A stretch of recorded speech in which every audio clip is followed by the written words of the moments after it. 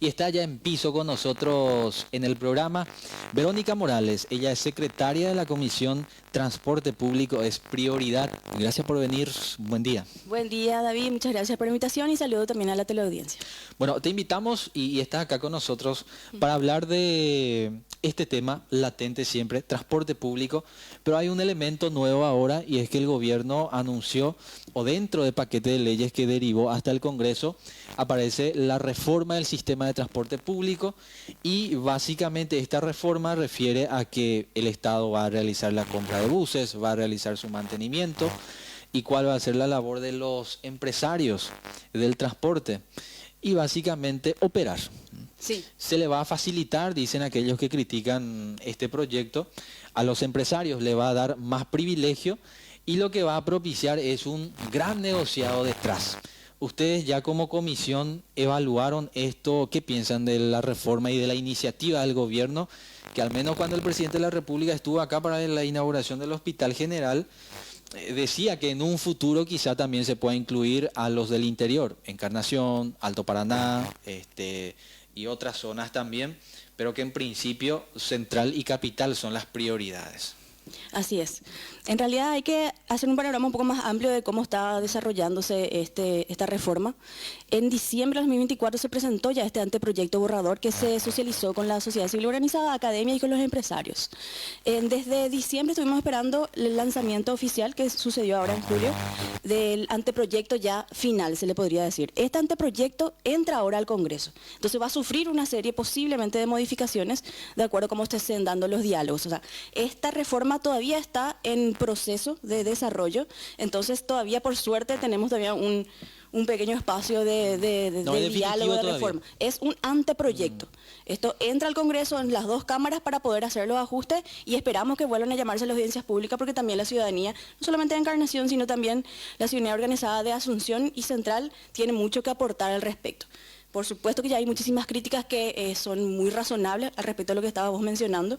Acabo de escucharle a senadores y diputados, tampoco que no están de acuerdo, pero están en este proceso de entender de qué se trata esta ley, porque se lanzó el viernes. Y es muy importante tener en cuenta que todavía no se publicó, por ejemplo, en las plataformas oficiales del gobierno.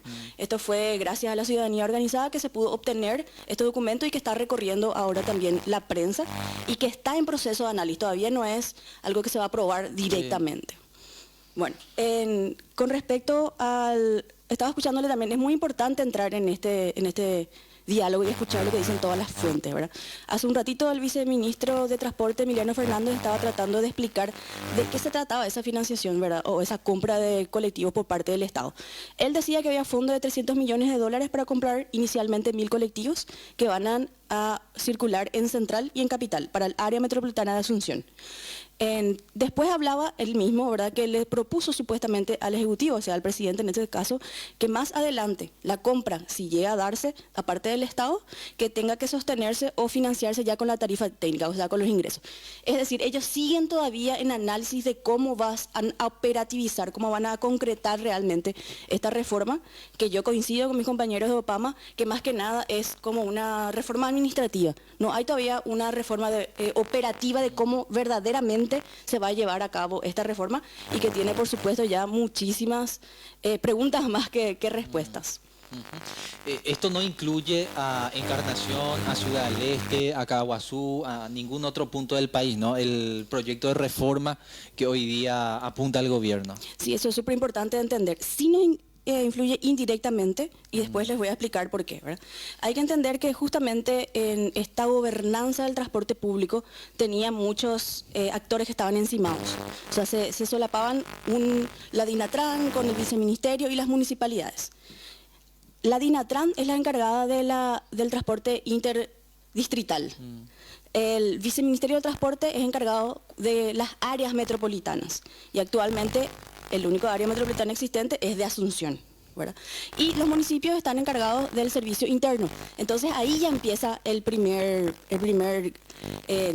primera traba, te voy a decir, de cómo se va a hacer la gobernanza. Lo que dice, por ejemplo, el arquitecto Maidana es que finalmente en este anteproyecto que están presentando no se arregla este problema de las gobernanzas que están todas solapadas.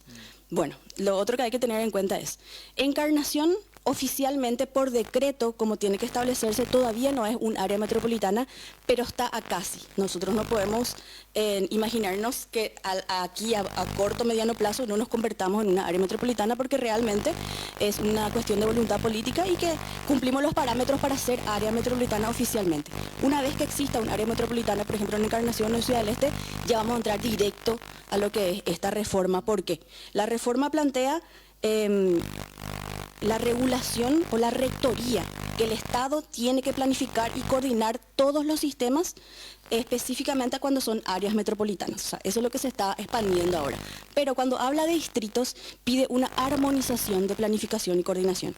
Y eso es súper importante a tener en cuenta acá, porque incluso en la ley vigente y en la ley que ahora se está planteando en este anteproyecto, se habla de que el Estado, ya sea gobierno central, ya sea municipalidad, tiene que encargarse obligatoriamente de hacer su planificación.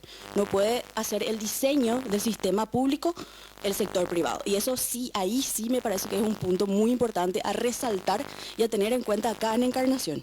Podemos convertirnos pronto, tal vez, en un área metropolitana, depende de una firma nada más, y eso ya nos va a afectar directamente. Pero si no nos convertimos todavía, establece ya esta ley que tiene que estar regulado por el municipio. No podemos nosotros sentarnos a esperar que el privado diseñe una solución. Tiene que ser una solución desde el municipio o desde el gobierno, de acuerdo a cómo vamos avanzando en este proceso, que realmente puede ser largo y hay que tener en cuenta, pero en medio todavía hay soluciones que también se están planteando en Asunción, que ya existen, que les voy a explicar también en breve.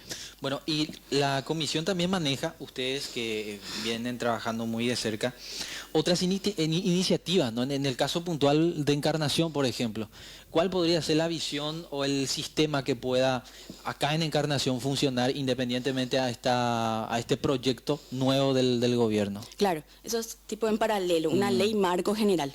Nosotros accedimos de manera informal, uno de manera oral y otro ya a través de documentos, de las propuestas que se están analizando ahora en la Junta Municipal de Encarnación. Hay que tener en cuenta que nosotros presentamos notas constantemente para poder ser parte, como la Ley Orgánica Municipal nos habilita como organización civil reconocida por el municipio a ser parte de esos diálogos, pero no nos hacen parte. Pero nosotros accedimos a las propuestas que actualmente existen, una que se llama CETRACAMEI, que es algo parecido a CETRAPAM, que funciona en Asunción.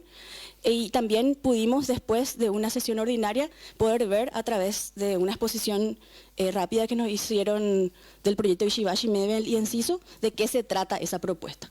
Hay que saber también de que el miércoles pasado se habló de una mesa de trabajo entre autoridades y empresas, y hay que saber también de que se está planteando estas dos nuevas propuestas, que lastimosamente esta sesión en la Comisión de Transporte no se hizo pública y tampoco no sabemos qué puede suceder el miércoles con estas propuestas que están surgiendo, y que la ciudadanía no nos hicieron parte y nosotros tenemos mucho realmente que aportar al respecto. Particularmente, inicialmente, ¿verdad?, de lo que pudimos acceder de manera informal, esta propuesta que plantea Shibashi, Memel y Enciso es un ajuste a Encarnación, exclusivamente a Encarnación, de lo que era el estudio de movilidad que se hizo para el área metropolitana, que después terminó cayendo, ¿verdad? Lo que se hizo en esa propuesta es ajustar solo a Encarnación los parámetros para poder justamente hacer la planificación del sistema. Y lo que sería CETRACAMEI es una propuesta privada en donde ellos diseñan cómo va a funcionar el sistema. Esos son los dos documentos o las dos propuestas que están teniéndose en la Junta Municipal de Encarnación, que verdaderamente necesitamos que sea transparente y verdaderamente necesitamos que haya participación ciudadana seria para que nosotros también podamos ser parte de este proceso. Pero ¿conocen más o menos o tienen ya una reseña de cuál es el espíritu de cada uno de esas iniciativas? Sí, claro, por supuesto, preliminares. Preliminares, nos encantaría, necesitamos verdaderamente audiencias públicas para que nosotros podamos escuchar y hacer las preguntas, porque nos quedan muchas dudas de a qué se refieren estos proyectos, ¿verdad? Por el lado de CETRACAMEI, ellos plantean justamente lo que plantea también la CETRAPAM, que el subsidio sea al pasajero, que es algo que justamente el viceministerio está dejando atrás, porque realmente no puede cubrir las necesidades de los pasajeros, ¿verdad? También, la otra opción también, claro, uno podría hacer críticas si es por kilómetro. Claro. Porque eso va a implicar que pese a que no hay pasajero, ya la empresa garantiza allí el fondo, sin necesidad de que haya pasajero por el determinado sector donde vaya circulando. También. Y eso es algo importante que tener en cuenta. No sé si más adelante podemos pasar el video del viceministro. Hablan de que a pesar de que la reforma todavía no se implementa, ya hay soluciones alternativas previas, como el sistema búho. El sistema búho funciona en Asunción y Central, que sería el colectivo nocturno, donde ellos implementaron, y es la primera vez que se implementa un diseño del itinerario de manera científica. Es la primera vez que se hace un control en tiempo real de lo que sería el servicio, y es la primera vez de que ellos están usando este subsidio por recorrido, y hasta ahora ellos dicen, el propio viceministro dice que esto sería como el embrión, le dice. Esto sería lo que ellos quieren después reflejar en todo el sistema de cómo se va a ir avanzando, ¿verdad? Por supuesto, acá lo que hay que garantizar es la transparencia, que es algo que cuesta mucho realmente, tanto nuestro gobierno municipal como el gobierno también central, la transparencia total de la tarifa técnica, la transparencia total de todas las planificaciones, y sea cual sea el destino de esta reforma para nosotros, sí o no, la transparencia es lo que va a determinar de que haya un verdadero control y que se pueda realmente tener un servicio digno. O sea, estamos acompañando este proceso, y necesitamos más que nada poder ser parte del control, como establece también la ley, ¿verdad? ¿No están facilitando entonces desde la Junta o las comisiones para que la gente pueda hacer su crítica, alguna observación puntual a estos dos proyectos que mencionabas? Y lastimosamente no, y hay que decir que nosotros presentamos notas oficiales pidiendo copias de estas dos propuestas de manera oficial. También al municipio le pedimos, y no, o sea, a la intendencia tampoco no tuvimos retorno. Pedimos ser parte de esas reuniones de la Comisión de Transporte, no nos tuvieron en cuenta. Pedimos que esas reuniones se transmitan como se transmiten otras comisiones, tampoco nos tuvieron en cuenta. Entonces volvemos a caer en lo que el año pasado sucedió. Se presentaron propuestas que no eran completamente transparentes, y al final, mucho más adelante, cuando la ciudadanía o cuando los otros municipios entendieron de qué se trataba, cayeron. Entonces, si nosotros no tenemos transparencia desde el principio, podemos volver a caer en el mismo conflicto de no entender a fondo o mejorar a fondo esta planificación que necesita el transporte público. Sigue siendo una falencia también entonces la transparencia y el de comunicar qué es lo que ellos están tratando, debatiendo, o intentando planificar allí en la Junta, en las comisiones.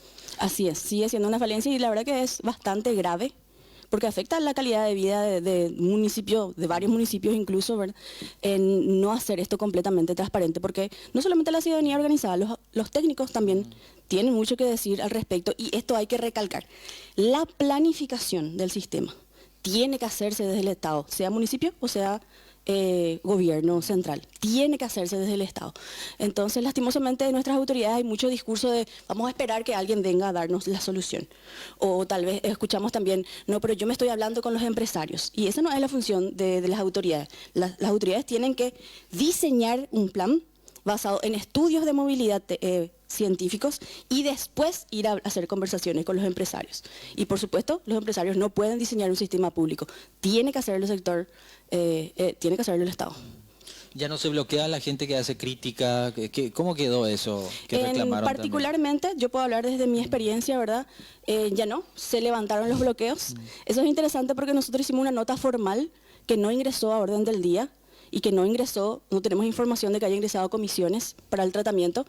Tampoco tuvimos respuesta, pero directamente ya se hicieron los desbloqueos, y ya se puede comentar y se puede ver ver estas transmisiones. Algo que también hicieron, que me parece que es positivo, es que también transmiten en YouTube. ¿Por qué? Porque en Facebook vos necesitas un usuario para poder acceder a ver estas transmisiones, ¿verdad? Y generalmente YouTube es completamente público y libre, entonces ya hay como un nivel, al menos un nivel más de transparencia, que creo que hace un mes y 10 días máximo se implementó. Están subiendo todas las transmisiones de las sesiones ordinarias en YouTube, pero por supuesto es un proceso largo, ¿verdad? Claro. Bueno, estos proyectos de reforma del sistema de transporte están todavía en ese proceso de debate, no tanto aquello que en el Congreso seguramente en esta o las próximas semanas se van a estar tratando también, y lo otro a nivel local, lo que tiene que ver con esto que propiciaron algunos concejales también hoy, que está en la comisión. Pero actualmente, ¿cómo está el sistema? Esto que está en operación hoy día. cuáles son las falencias o se pudo hacer algo de aquello que se prometió en la última reunión, aquel famoso dictamen que sacaron de la Junta y dijeron, no, acá ya tenemos el documento, acá dice que tienen que cumplir con esto y aquello. Lastimosamente no. Lastimosamente las ordenanzas todavía no se están cumpliendo ni tampoco se están haciendo las fiscalizaciones necesarias. Yo lo voy a decir de manera muy simple, ¿verdad? Se hacen a través de WhatsApp, digo yo. Los diputados, los concejales le llaman a los empresarios y le piden si pueden cumplir y es más o menos una garantía de fe lo que tienen.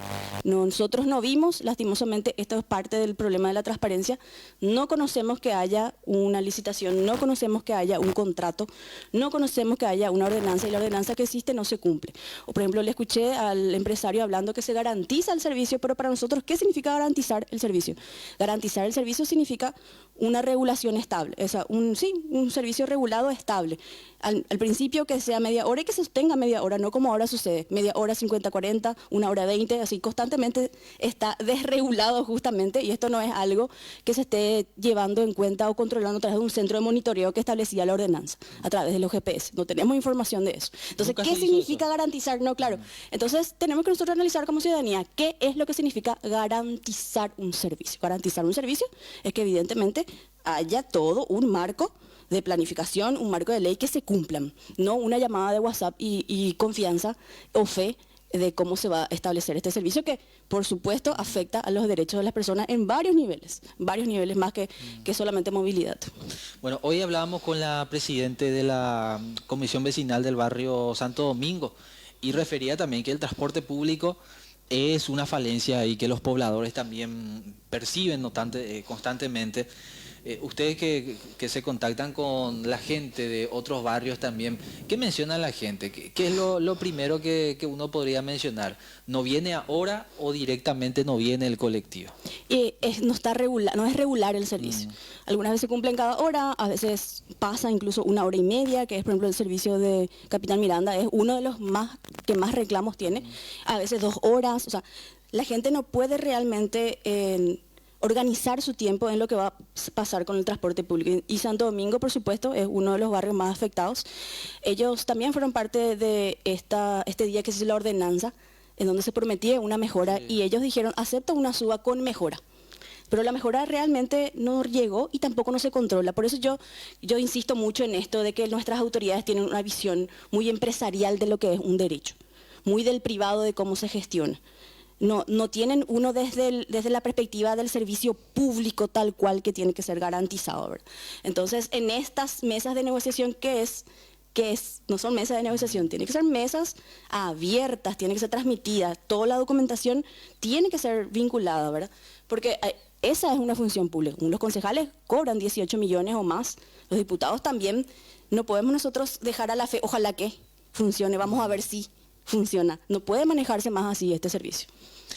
¿Ustedes cómo consideran o cómo califican el hecho de que desde la Comisión de Transporte y algunos concejales también cuando se les pregunta sobre el tema dicen, no, pero en realidad no, es que nosotros no tengamos voluntad de cambiar y hacer esa reforma que pueda beneficiar al usuario?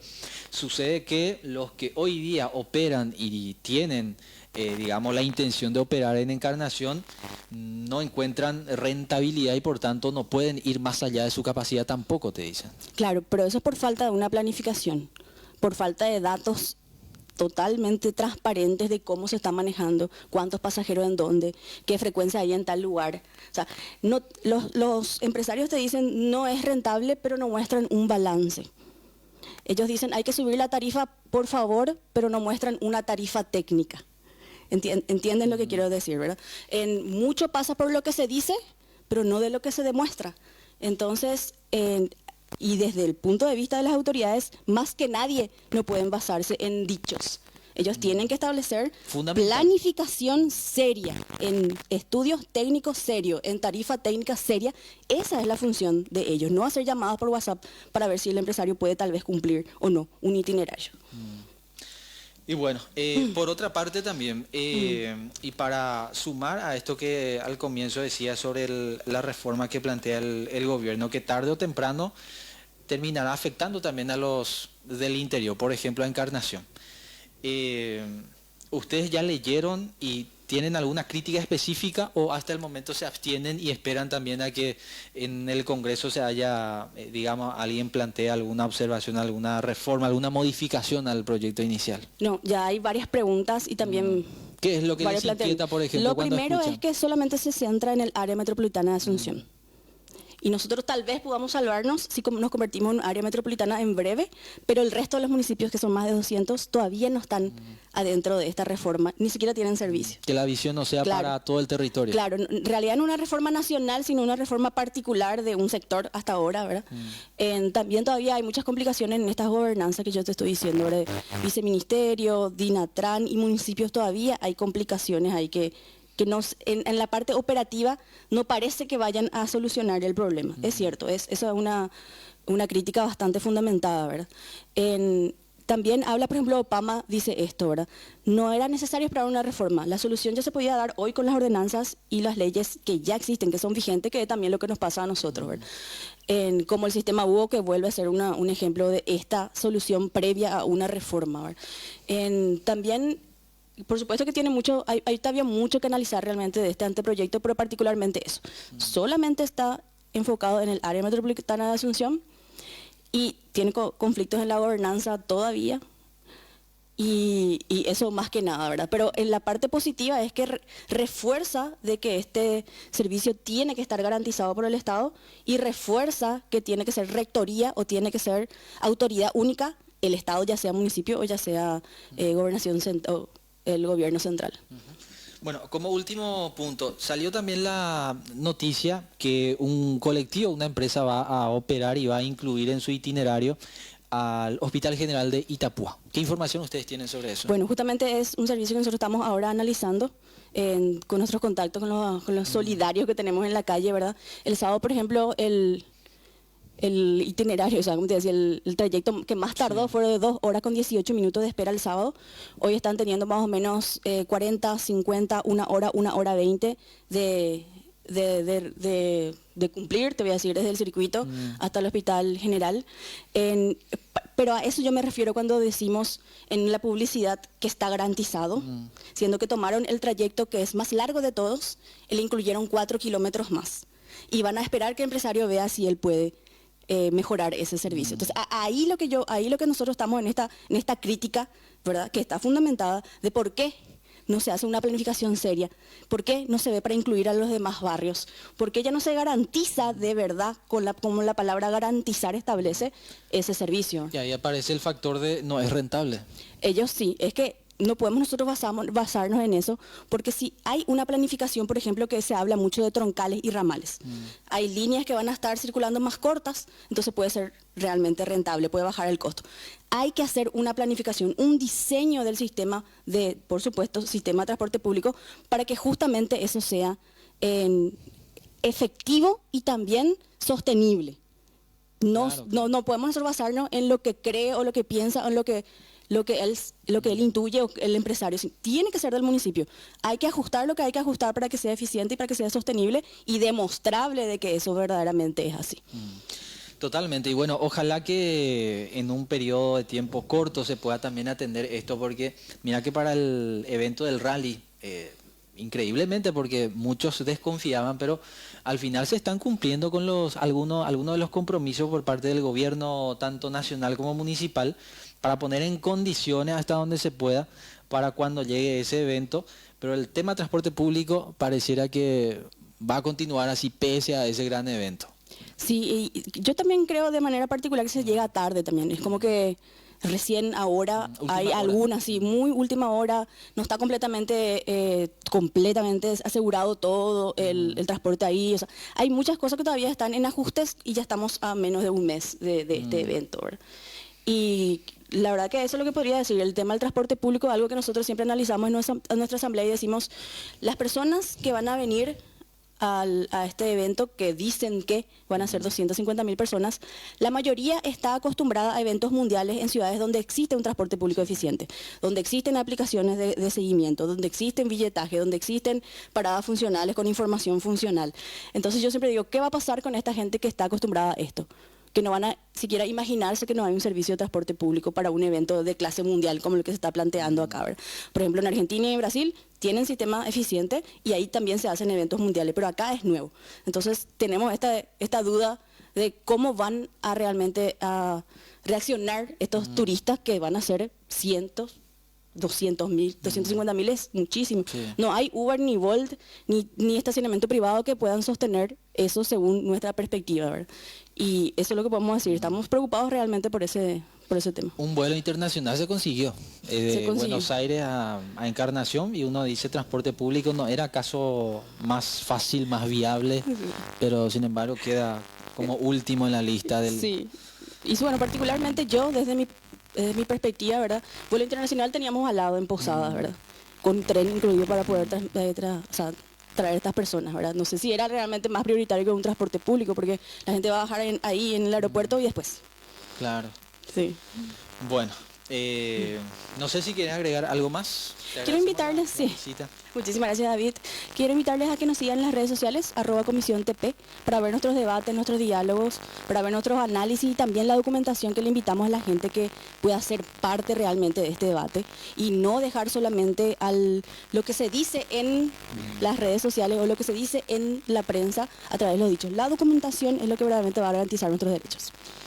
A modo de recordar, esto es una comisión, no una asociación. Somos una comisión, oficialmente se llama Comisión Sin Fines de Lucro, eso es parte del municipio, y el nombre es Transporte Público de Prioridad. ¿Cuántos miembros? En la comisión directiva somos 15, pero en nuestras asambleas somos bastante más en las redes sociales y que también solemos hacer en el espacio público. Bueno, gracias por venir de vuelta y nosotros hacemos una pequeña pausa y ya venimos.